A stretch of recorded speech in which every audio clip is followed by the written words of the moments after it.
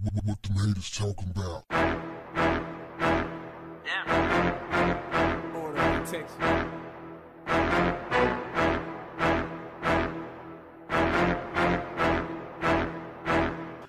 What's up, family? For a long time, I've heard that ESPN's Jemele Hill was a man-hater, specifically a straight black man-hater. I had been willing to give her the benefit of the doubt because I had never really heard her talk about relationships, and all I knew was that she was a good sportscaster, a very good sportscaster. Then she made these comments about Donald Trump being a white supremacist, and all hell broke loose. ESPN was trying to replace her. They was at least thinking about it. And a lot of people came to her aid, including a strong number of straight black men. And then, just like that, days later, she retweeted, I don't know if she retweeted or tweeted, but she tweeted an article that was a hit piece against straight black males, where it was titled something along the lines of "Black men are the white people of black people," something like that. One of the most stupidest ass things I ever heard of in my life, and she co-signed it. And much of the article was just talking about how black men abuse black women and how we're to blame for all the problems in our community. How we're just, and listen, they grouped us. Now we know we got some low lives in our community, just like all communities have low lives. But they grouped us collectively, and they said black men are like this, and they just pointed at all of us. And this article was written by a dude who writes for The Root.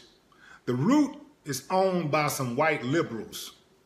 See, you got to be very, very careful where you get your information from, because you have people out there that look like or act like they're on your side, but they're really the enemy. And so they'll buy up black communications so that they can control the black narrative. And that's what they're doing. They got a hit piece out on black males. There's a hit right now in America on black straight males. There's a hit. They're not worried about black homosexual males. They're easily controlled. They're not worried about black women. They're worried about black straight males, because if black people stand any hope, then you got to have participation from the black males. You got to have black male participation, straight black males. Right after, I'm talking about just a few days after black men came to Jemele Hill's defense, like we rolled for her. And she just like that, just forgot everything, just threw us under the bus. And just grouped us all together. Now, here's the thing. If you play the game of love, you are bound to get burned. That's just how it go, man. If you don't like the game, don't play it. Man, if you don't like baseball, you don't want to get hit with the ball, don't go up and get on the plate. If you don't want to ever get hit by the ball, then you need to stay off the field. Because if you're a player, any kind of player, any position in baseball, you play the game, you are going to get hit with a ball. If you don't want to play the game of love, don't play the game. Don't even get in it. Go play something else. Go do something else. The game of love is a risk. And so if you play the game and you get hurt, you don't do yourself any good by being bitter and holding on to that bitterness and trying to target somebody who hasn't done you wrong, or grouping other. If I'm a man and a woman hurts me, I can't grow if I hold on to my bitterness and I treat all other women the same. I treat all other women by the standard that the woman who hurt me held. I can't grow. If I hold all other women to that standard, I can't grow, because that's a low standard. So the women who have higher standards, I'm going to miss them because of my attitude, because of my bitterness. I can't even get to those women. And a lot of people who have been hurt, especially the ones who have some education. Because here's the thing. A lot of these people that write these hit pieces on black males and that talk bad about black males, they got college degrees, and a lot of times people listen to them. But here's the thing. Going to college does not make you intelligent. Going to college, you go to college to get educated, not to become intelligent. You go to college to get educated, not to get intelligent, not to become intelligent. And a lot of these dudes are being passed off as intelligent, when really they're just educated. And you know what they say about education. If you send a fool to college, he gonna come back as an educated fool. And there's a lot of educated fools out there. So you gotta be real, real careful with these people. The thing is this. You can't be a black woman in this world and hate black men, but have a black son and raise a black son. You're unfit. You would be you would qualify as an unfit mother to raise a black son. You would qualify as an unfit auntie. You know, some of them got little nephews and stuff that they say, oh, that's my boy. I love him to death. But they hate black men. So you're unfit to raise a boy. If you hate black men and you're a black woman and you got a boy, you're unfit to raise black boys. And if you're a black man who hate black women, you are unfit to raise a black daughter, because you can't give what you ain't got. If you ain't got no love for her essence, for who she is a black girl growing up to be a black woman. If you hate black women, how can you give her anything? You're unqualified. And if you're the custodial parent, your child needs to be removed from your custody because you are corrupting them. You have nothing to offer them. Now, I know you think you can do that. I know you think you can separate the two, but you can't. It's impossible to do it. You can't give what you ain't got. All of this bickering back and forth between black men and black women is childish, it's juvenile, it's silly, it's very immature. You cannot grow. If all I did, you hurt me, if all we do is we have a conversation and all we talk about is who got hurt the most. Man, we could talk all day long. Well, I got hurt. Because each person, no matter, even if this person over here did me, well, I know she did me dirty, way dirty than I could ever have done her. But in her mind, I did her more dirty than she could ever do me. Whatever dirt she did to me was justified in her mind. So we ain't gonna get nowhere just pointing these fingers at each other. We're not gonna get anywhere. We're not gonna get anywhere pointing fingers at each other and getting on the internet and trying to air each other out. We're not gonna get anywhere like that. If you are a black person in this country, in the world, and you love yourself like you say you do, like you think you do, and you really love yourself, you really got a real good opinion about yourself, a strong opinion about yourself, you have no choice but to get along with your opposite. If you're a black male, you have no choice but to get along with black women. If you really love them like you say you do. If you love yourself like you say you do. You have no choice. You figuring that out and loving her and learning to love black women again is essential to your survival.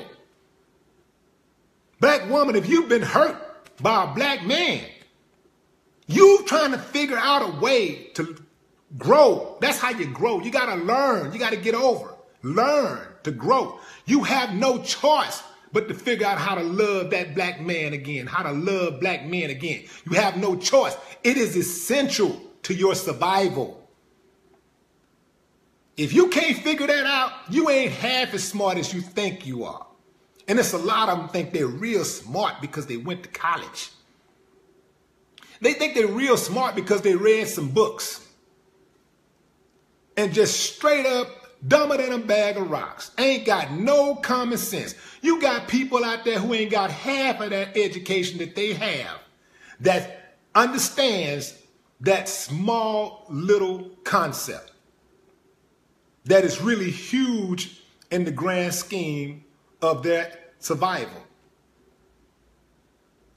You got people that they look down on every day that has figured it out. They may not have been in a relationship for 20 years. Maybe they was in a relationship for 5 years, 10 years, 3 years, 1 year, whatever it was. Whatever they went through, at some point, they figured it out. And they know it takes two to tango. So anything, if I enter into a relationship, no matter how dirty I get done, ain't none of us perfect, so I know I did something too. No matter what, I did do some things. I feel like, you know, the things I did wasn't as bad, but I loved her and I treated her good and she shouldn't have did me like that. I got it. I get it. I get it. But you did something and the partner did something, and you know, you may have done 100 bad things in the relationship. She may have not done but one bad thing. But that, in that person's mind that did you dirty 100 times, he thinks that one bad thing you did equals the 100 bad things he did. And that 100 bad things you did, that person who's only done one bad thing, or at least from your standpoint, because sometimes a person can do just do something that may not even be bad. It may not be a bad thing, but in the eyes of the other person, that was a bad thing. You shouldn't have done that. So in that person's mind has only done one thing or had one transgression, they're looking at you like, man, how could you do me that dirty that many times and over and over and over and over and over again? It's an old saying, there's no sin greater than the next. We can dispute that all day long, but I'm just telling you, we got to get over this pettiness, this finger pointing, and this, and like I say, it's an attack. It is a hit out on black straight males. This is the way, this is the greatest tool to destroy the black community. If you can get rid of the men, if you can wash them out, if you can turn all the black men homosexual, you got it. You got it made. All of that quality, all that stuff y'all talking about, finally getting there, and someday, man, you can forget that, man. That ain't gonna never happen. The only chance we have is to come together. That's the only chance we have. Is for straight black men and straight black women to come together. That's the only chance we really have at survival. Now, I know a lot of y'all ain't gonna want to hear that, but that's the only chance we really have. That's the only chance we really have. Part of being a good friend is telling a good friend when they're wrong. You know, tell them when they're wrong, you got to speak on it. You know, in a respectful manner, of course. But that's part of being a good friend. You know, not being afraid to tell a good friend when they're wrong. Somebody need to tell her that she's wrong. All of this this venom that we have for each other. We gotta get past that, man. We gotta get past that. And for some of these people that's got that type of attitude, they in their 30s, their 40s, their 50s, and just bitter, mad. I mean, they're more angry with the black man than they are with white supremacists. You got like homosexual males and black women, liberals, more mad with the black man, upset with the black man than anybody. Again, we all got our issues. We got some black men in our black community ain't worth shit. I will agree. Ain't worth shit. Some of them are breeders. They don't take care of none of their kids. They make the same mistakes over and over and over again. They are detriments to the community. They are what's wrong with the community. They ain't worth nothing. Those type of dudes, I think, if you call them out, be specific with those type of dudes. But don't collectively just put all the black men in one box and say this is black men. I don't do that with black women. I wouldn't do that. That's unfair to the black women out there who are decent, who are holy, the black women out there who are upstanding. And I know a lot of them.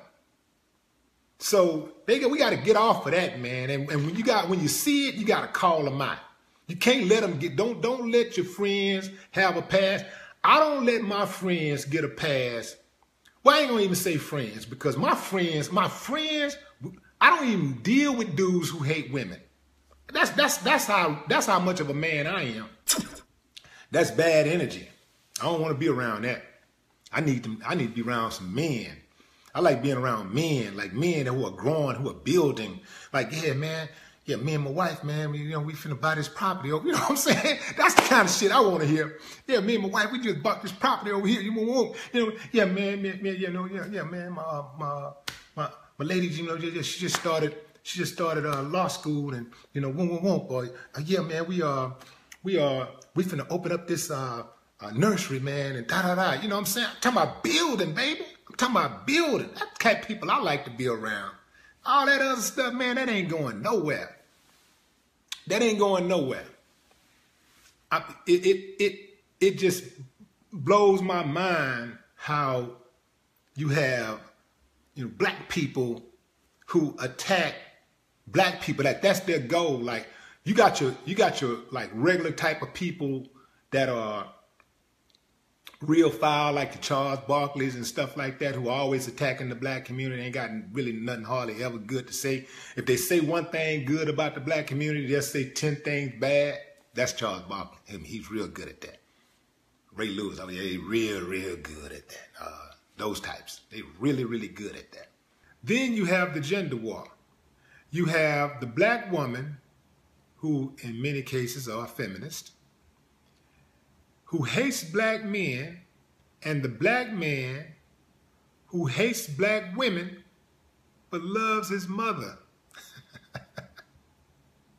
That's an oxymoron, moron. Man, we got some work to do. We got some confused people out there. One of the biggest complaints that I hear from black women about black men is that we don't defend them. I'm going to go out on a limb and say the reason Jemele Hill still has a job at ESPN after calling Donald Trump, your president, a white supremacist is because besides her co-host, Michael Smith, many black men, many straight black men, including myself, came to her defense. But guess what? I refuse to penalize the next woman for the actions of another.